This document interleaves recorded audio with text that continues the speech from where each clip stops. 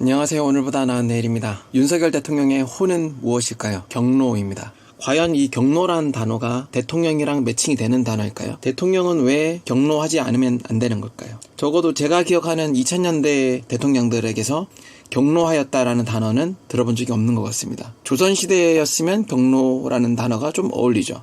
이것이 무엇을 의미하는지 잘 모르겠습니다. 21세기에 국가 원수가 경로한다 라는 단어가 어울리는 것인가? 과연 이 경로란 단어는 무엇일까요? 국어사전을 찾아보니 몹시 분하고 노여운 감정이 북받쳐 오름. 안타깝게도 네이버나 구글 이런 데서 경로를 찾아보신다면 대통령이란 단어를 가장 많은 연관 검색어로 찾아보실 수 있을 것입니다. 이상하게도 경로는 그냥 화가 났다는 표현과 다르게 뭔가 윗사람이 화가 났다는 의미를 내포하게 되는데요. 사실 대통령이 국가 원수이기도 하지만 또 가장 낮은 위치에서 국민의 소리를 들어야 되는 자리입니다. 과연 이 대통령에게 경로란 단어가 올바른 것인가 생각이 들 정도입니다.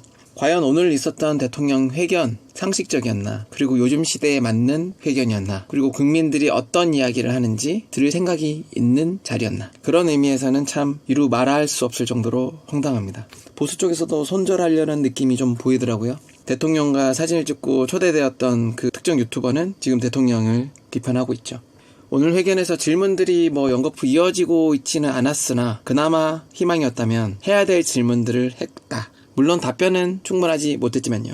보수 쪽 평론가들조차도 입이 담지 못하는 이 상황들. 제가 봐왔던 사람 중에 가장 상식적이지 않은 대통령이라 생각이 듭니다. 최상병 특검에 대해서 청문회를 보았음에도 외압의 실체가 없다고 이야기하고, 의료 대란에 대해서도 현장을 가보시라고 이야기하고, 누가 눈을 멀게 만드는 것인지 의문이 들 정도입니다. 오늘 저의 5살짜리 딸이 39도까지 올라가서 병원을 방문하려고 했으나 이전에 코로나 때도 방문이 가능했던 24시간 또는 야간 진료 병원들이 주변에 다 문을 닫았더라고요. 밤 12시 일입니다. 한국이 이렇습니다. 대통령은 과연 누구를 보았고 무엇을 봤고 무엇을 통해서 보았을까요? 뉴라이트도 마찬가지입니다. 뉴라이트가 뭔지도 모르고 있다는 이야기가 자랑은 아닙니다. 뭔지 알고 답변할 정도의 국민의 소리는 들을 수 있어야죠. 이 이야기들이야말로 대통령 유튜브의 알고리즘이 어느 곳에 가 있는지 알 수 있는 대목이라고 생각이 듭니다. 여러 가지 대화 방식이나 그리고 정부에서 하는 여러 가지 행위들이 정말로